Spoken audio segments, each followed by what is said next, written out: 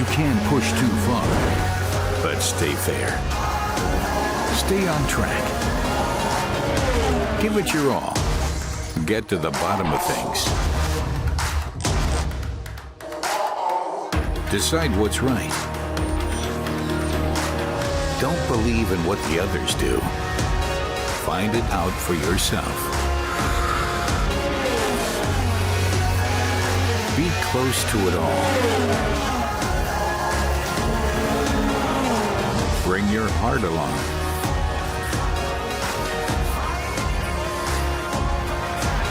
Follow your goals. Reach for the stars. Turn the weekend into the loudest party of your life. Are you prepared?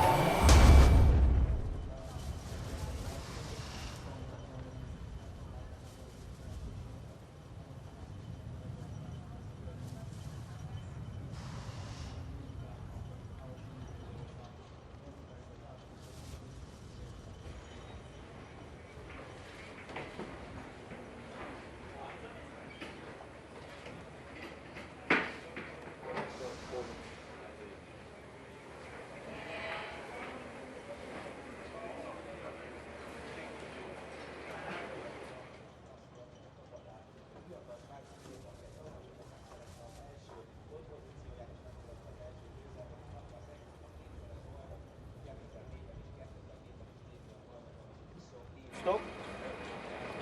Hau den heißt direkt rein. Direkt out, direkt rein. Okay, dann vor. Die ganze Kuppe, beide Kuppen. Komm hier bitte rein.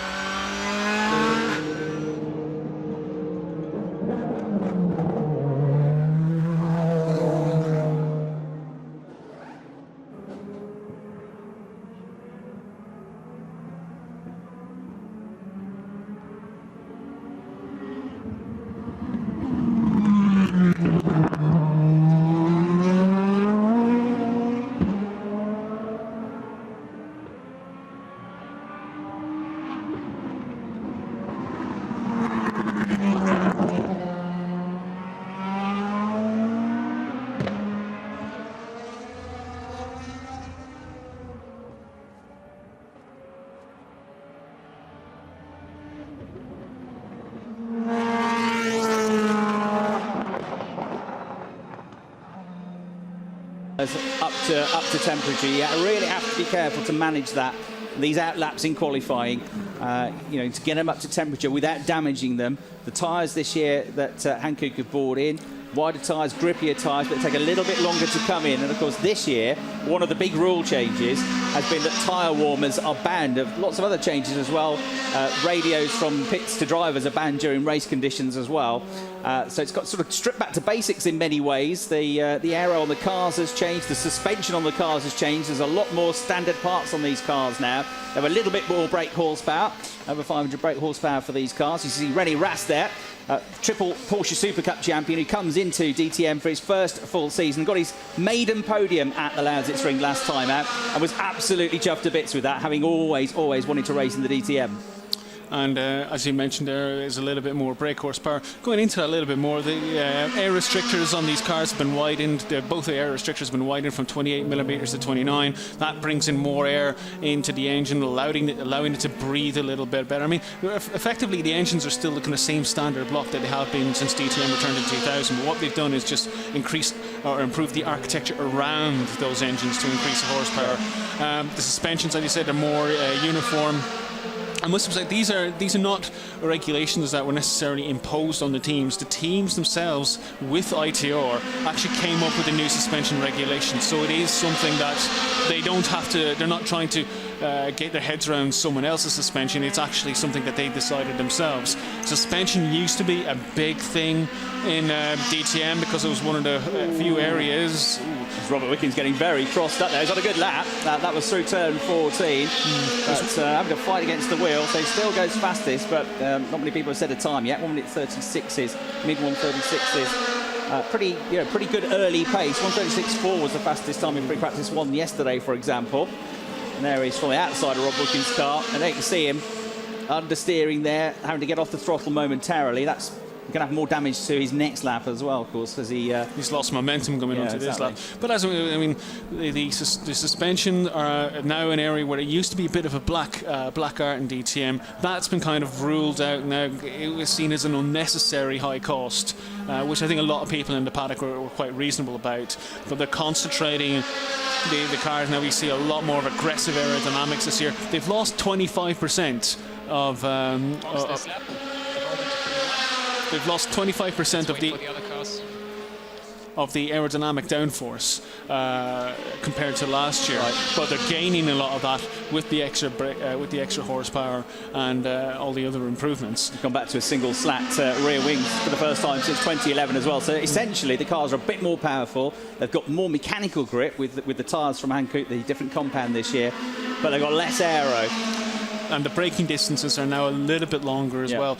Partially because they have lost that aerodynamic downforce, but also you have to be aware that they are different tyre compounds. You can't go hard braking into every corner because you'll just destroy your tyres after only a few laps. And this is a circuit which can be quite hard on the tyres, as Gary Paffett was saying yesterday, because you're constantly in corners. it's all. I mean, it's a smooth surface these days. It used to be a rough surface at the Hungaroring, but they resurfaced it about 18 months ago or so. So it's a very smooth surface now. So it's not through the abrasion of the track that the. You get the team radio there to Jamie Green for Audi, who is currently fastest. I'm going to try with the tyres there. It's 134.818. He's the only one to break the 135s. But Gary was saying it's not the abrasion of the surface now, it's the thermal build-up of heat that you get because the tyres are constantly in corners, they're constantly moving around, and very little time for the tyres to cool on the straights. I see Augusto Farfus, he's going to be improving here from 13th up to 3rd place. Poor season for the Brazilian so far, but Green is fastest, Muller is 2nd, Farfus up to 3rd place now, Di Resta in 4th position, then it's Rast and Paffett rounding out the top 6, and Whitman's just on 7th. And just adding to what Paffett was saying to you yesterday, there's not any kind of really hard turning corners on this circuit. There's no real high speed corners, apart from maybe turn 4, and that's only just a brief kind of kink, as it were. It's not like, say, on other circuits on the calendar where you're really turning hard right or turning hard with lots of downforce. This is kind of stop, start, stop, start, stop, start. But it's all the time, isn't it? Yeah. Yeah, there are a couple of points where they get up to top speed. With DRS, they can get up to 260k down the back straight.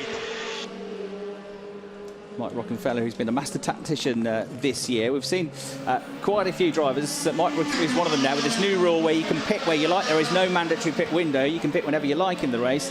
There are some that have been going very, very long distances. Matthias Ekstrom was one as well at the Lausitz ring, going almost the whole race, pitting very, very early on. But that might not be possible at this circuit with those all those corners as well. The tyres might not last so well here as they did, say, for example, at the Lausitz ring. Timo Glock being told to come into the pits. But I do quite like that change of regulation, Chris, because it really has opened the possibilities for various strategies during the race. Whereas I think maybe in the previous regulations or the pit stop window, you were quite limited in what you could do. And I actually saw at Lausitz ring and Hockenheim, Rocky start pitting very early in the race and maybe doing a long stint. There were other drivers who ran long into the race and pitted very late. So you have options now to really turn your race around if you're not in an optimum starting position. That's right, with mandatory pit stops in both races these days, rather than the sprint race last year. The Saturday race was a straight lights to flag race with no mandatory pit stop. Both of them feature it now. Both are 55 minutes, so they get more track time. So Jamie Green is fastest, 1 minute 34.8. He's more than half a second clear of Nico Muller, who's been going well so far this weekend. The Swiss driver is 2nd with a 135.2. 135.36 for Ekstrom, who's gone up to 3rd. Loic Duval, the World Endurance Champion and Le Mans winner in his first DTM season, 1 minute 35.37, he's 4th. Mike Rockenfeller, one of the former champions on the grid, 1 minute 35.45. And then 135.5s for Farfus in 6th, Di Resta in 7th, Glock in 8th place. A 135.6 for Rest in 9th. Gary Paffett in 10th with a 135.807. Wittmann, the reigning a double champion in the number 11 car.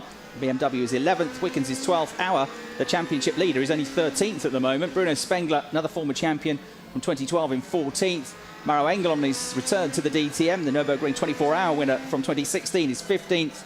And then it's Maxim Martin, Tom Blomqvist only 17th, and Mortara, who's switched from Audi to Mercedes this year, is there in 18th place. And Mortara's been struggling a bit this weekend. Chatted with him yesterday as well, and was a little bit rueful, saying yes, it's always going to take time to gel with a new team, and there's all these rule changes as well. I would have liked it to have been gelling quicker than it has been. But, I remain positive, he said, and, I like a challenge, which is why I did it. He said, for me, it's all about challenging yourself. But I said, it must be hard for Edo because he had such a good season last season, coming close to winning the championship. That naturally, the next season, you want to come back all guns blazing and be pushing for the championship. But he's, sort of saying it's from the start we've had, it's going to be very hard now to challenge for the title this year. And he's absolutely on the money. I mean, it's one thing to change teams. It's one thing to have massive rule changes. When you actually changing horse, when both of those things kind of come together, sometimes it can be a little bit of a disabling factor and may take him a little bit longer than he wants to get into the championship. He needs to hope that the championship doesn't get too far away from him before he really does actually hit the sweet spot with the Mercedes team. Yeah, well, Mercedes have been going well, as I say, as everybody's in the pits now. First half of qualifying, if you like, is over. They'll all come in. Change tyres, get the car set up. Some great super slow-mos here. There is Mortara, and you can see understeering there very badly, going not just over the curbs, but all over the grass, kicking up the dust here and running wide. And he hasn't set a lap yet, effectively. I mean, he's done a lap time, but it's nowhere. He's done a 1:46, and the best lap time's a 1:34.8. So Mortara struggling. You see Jamie Green at the other end of the table there. Super slow-mo of Jamie, who was third in the championship last year, second the year before. He's really gelled with the Rosberg team. His first season as an Audi driver, having raced with Mercedes previously, wasn't with Rosberg, but as soon as he switched to this team, I think he's found a really good home for himself. Celebrating his birthday this week and going well in the championship so far.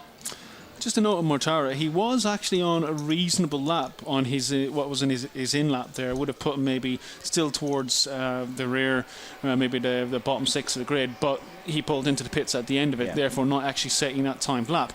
Just actually want to point out as well, I mentioned a few moments ago about the weather, how there was a huge barrel of sunshine way off in the background. Well, it actually has come back over the circuit now, so brightened up an awful lot. The track temperature is rising ever so slightly, so this may change the conditions slightly for the rest of this qualifying session. The time's going to come down. We know that. We know that the track's going to clear up. Everyone gets more rubber in. They actually really tune in the last elements of the setup now for this final qualifying run. So it is going to get quicker, but it's just a case of who actually makes the best of the conditions as they are presented ahead of us.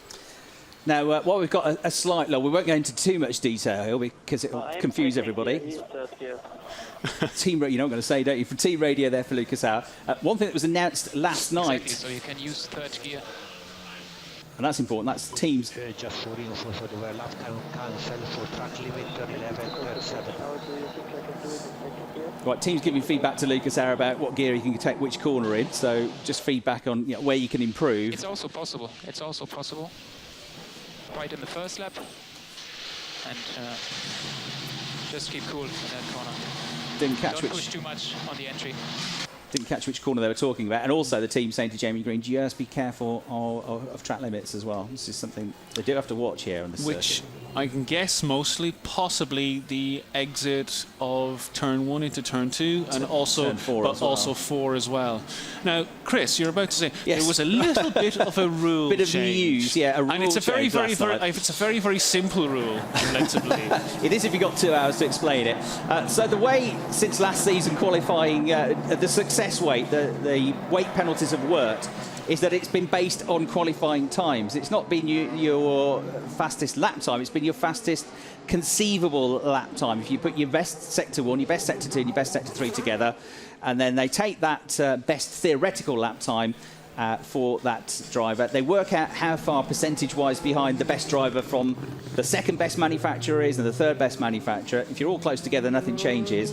But there can be 2.5 kilograms or 5 kilograms added or taken away, depending on that gap in qualifying between the fastest driver in, say, a BMW to the fastest driver in an Audi and a Mercedes. But that's worked. There's been all sorts of, there's 6 different methods that you can use, depending on whether there's a 0.1 second, 0.1 percentage, 0.2 percentage gap or greater in qualifying. But they've changed it to be based on the race now. So for qualifying 1 and race 1, we're going to be weights as we were from the Lausitz ring. But after race 1, they are again going to take it based on the performance of the best driver from each mark. But they're going to take the best 28 laps, to take the average of those 28 laps from the race, and for the best 2 drivers in each mark. Are you following me? And then, Except at what circuit? except at, well, this circuit we'll talk about. The Norris ring, it becomes 48 laps because it's a shorter lap. So they take the best 28 laps, take your average lap time there for the fastest 2 drivers for each mark, and then they work out the difference between them, and then add or take away success ballast for the rest of the races. And that's the only time I think I'm going to try and explain that this weekend. So it's a very complicated system that they have. But, I mean, whatever you say about how complicated it is, what you can say is that the racing has been really close and unpredictable this year. So it's obviously working. we'll get a recording of that, and every time you want to explain the balance of performance, we'll just actually play that instead. I mean, I'm told there's a 28-page document explaining how it works. I mean, the concept is fine. I think it's a very, very good concept to actually base the balance of performance on actual race performance over the course of most of a race. Yeah. As opposed to just and it's 28 laps rather than the whole race, because you're taking out the start laps, you're taking out the laps that might be behind a safety car, might be coming in and out of the pits as well. In back lap, last lap. Trying to look at your average speed, aren't they? Your average race speed. But it is going to come with complications, because that's not something that you can just dial out with absolute ease. And but it is complex. Luc de Val there, the French driver. Now Louis is currently sitting in 4th place. First season, of course, with the DTM, having had a sports car background. He's only 24. Seems to have been around a long time, Luc de Val, but World Endurance champion, runner-up in the championship last year, former Le Mans winner as well, with Audi, coming into the DTM programme. And here he is, going well around this circuit, 4th place currently. Is he going to improve on this lap? No, he won't. But he's about to potentially go onto a fly. He takes a lap or so for the tyres to come in. And now we're in for a thrilling end of the session, because already, like, this 20-minute sessions go by in the blink of an eye. They come into the pits for a few minutes to go back out. They do build that lap, and already we've got less than 3 minutes left on the clock. Nico Muller is currently sitting in 2nd place. It'll be important to see where they are in terms of where they are on the track as well, whether anybody sneaks an extra lap in here before the flag manages to drop in the session. Nico Muller's qualified okay this year. His best is a 7th on the grid, so he's looking for his first front row start here at Nico Muller of the season, and sets off now onto what should be his first flying lap of the session. So Muller away. And for Audi at the moment, you can see they have the top 5 places. The best BMW is Farfus in 6th place. The best Mercedes is the 2010 champion, the next Formula 1 racer, Paul di Resta, the Scotsman, in 7th place. But 5 Mercedes there down the tail end. Wickens, championship front runner, only 13th. Championship leader Lucas Auer, only 14th. Isidro Matara, who has put a better lap in, but still only a 1:42. It says something that he sort of outlapped was his best lap of the session so far, really. So what can they do? It's going to be a 1-lap shootout, this, almost. Will they manage to improve? Well, Isidro Matara, unsurprisingly, has set his personal best sector 1, but that wasn't hard. Lucas Auer has set a first sector that's a personal best as well. Currently only in 14th place, 34.8 through that first sector.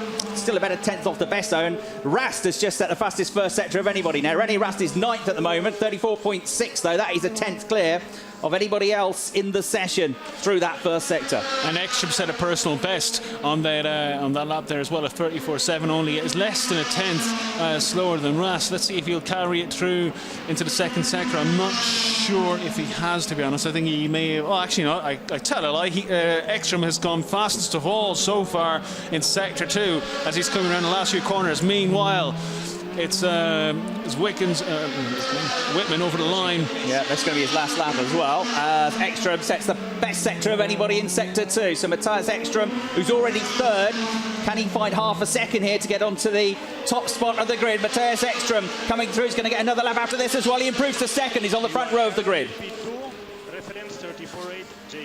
And I think he lost 2 or 3 tenths on that final sector, so I wonder if he actually just got bogged slightly by the traffic just ahead. René Rast goes fastest. Brilliant first sector, brilliant second sector. Personal best in sector 3. He's gone to the top of the times with the 1:34.742. Is a 10th clear, well, half a 10th clear of Jamie Green. Here is Jamie. I don't think Jamie is going to improve his time here. How long left on the clock? No time. Checkered flag, so he won't get any more times in after this. And he didn't even improve his time either.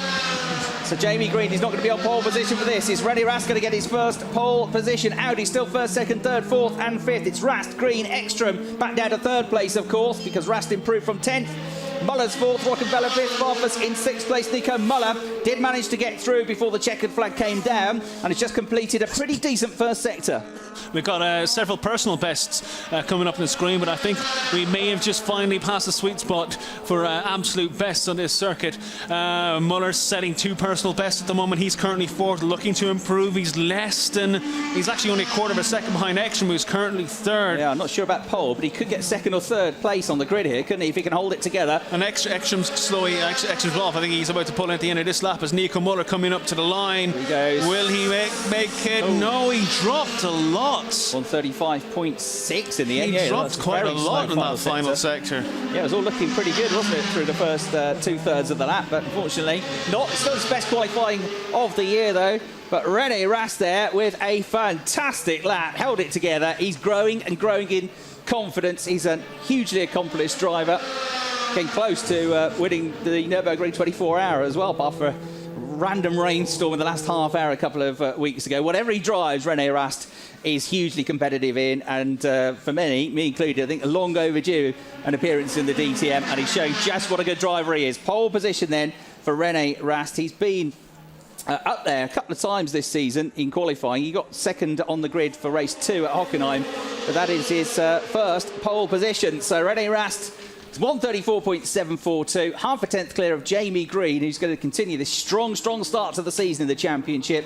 Jamie, of course, second in the point standings. And Lucas Auer, the championship leader, improved a bit in that final part of qualifying, but not by that much. He's only in 8th place. So Rast and Green will be the front row. Ekstrom third, Muller in 4th place, Rockefeller 5th, Farfus in 6th, Luke Duval in 7th place with a good effort, Auer 8th. Gary Paffett will be disappointed with 9th as the driver third in the championship. Tom Blomqvist got into the top 10 late on. Rob Wickens will be disappointed with 11th, I'm sure. Maxime Martin 12th for BMW. Paul de Resta 13th. Timo Glock back in 14th place. Normally a pretty good qualifier. Marco Wittmann, the reigning champion, only 15th. Then it's Mortara 16th. Spengler, who's having a dismal season so far, 17th. And Maro Engel down in 18th place as the other driver. And one of the things to note as well, we've mentioned this a number of times in the first few rounds, points, of course, for qualifying. That's an extra 2 points that Jamie Green has picked up for qualifying second on the grid. Rast obviously gets 3, and Matej and Eki will get 1 for qualifying third. Yeah, which means that rather than being 16 points behind Lucas Auer, it's only going to be 14 points now for Jamie Green. So it does really add up. I mean, Lucas Auer has picked up 6 points already this season just from qualifying, and Robert Wickens has picked up 5 points just from qualifying. Neither of them are going to add to that total today, but you can very quickly see that, you know, you can easily pick up effectively a race win's worth of points through qualifying. I think that's 4 that Green's picked up now for qualifying as well. These things make a difference. Yep. These things make a difference. Yeah, that is 4 points, absolutely. That's his best qualifying of the year, actually. He's had 2 thirds on the grid, but as you said, going and winning the races from third on the grid, but that's second place, his first front row start.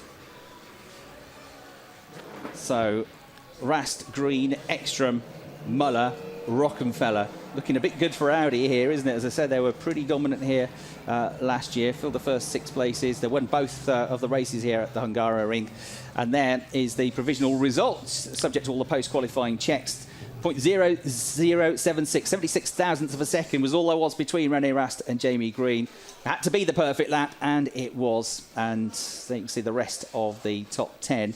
Robert Wickens is only 0.7 of a second away, but that's enough to put him out of the top 10 in 11th place.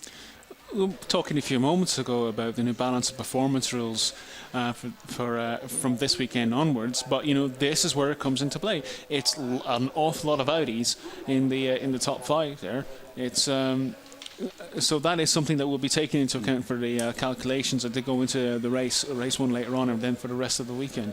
Yeah, in fact, you know, it's a bit of a get out of jail card in a sense, this rule change, because there would have then, you know, been perhaps seriously punished with this qualifying, and then the weight that they've carried for this one and race 1, it's not going to matter. But after race 1, if they stay up there, as you say, then it will have a big effect on what happens in race 2, which is why normally you don't get 2 race winners, you get 2 different race winners, don't you, normally across the weekend. You very rarely get the same grid or the same winners across 2 races. Here then is how they're going to line up for the first race of the weekend this afternoon. René Rast and Jamie Green on the front row of the grid. Row 2, Matthias Ekstrom and Nico Muller. and then qualifying in 5th and 6th positions. Great start to the season so far for Mike Rockenfeller. Augusto Farfus, best start to the weekend for him so far by a long, long way. Loic Duval in 7th place, and Lucas Auer will be slightly disappointed in 8th position. Loic Duval with his best qualifying so far as well. Gary Pavitt and Tom Blomqvist, the two British drivers, rounding out the top 10 for Mercedes and BMW. And then it's Mercedes and BMW again with Rob Wickens and Maxime Martin on the 6th row of the grid. Row 7, Paul di Resta and Timo Glock. Timo got his first Formula 1 podium at this circuit when he was a Toyota racer. Marco Wittmann, the reigning champion, Edo Mortara, back in 15th and 16th positions. Perhaps watch for them coming through with a different tactic in the race. Bruno Spengler and Mauro Engel then on the final row of the grid with work to do in this afternoon's race. So they can see the wind, you can see the flags blowing around here. You can see lots of clouds in the skies and a slight question mark over the weather.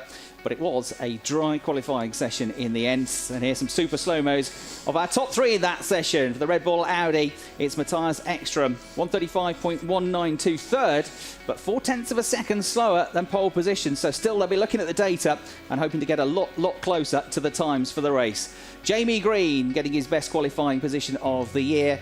He was on pole for most of it, but in the end he was pipped by 76 thousandths of a second. And it was another Audi that did it. Rennie Rast with his maiden DTM pole position, the Auto Bild Motorsport team, with a 134.742. He went from the tail end of the top 10 onto pole position with that one flying lap a couple of minutes from the end of the session.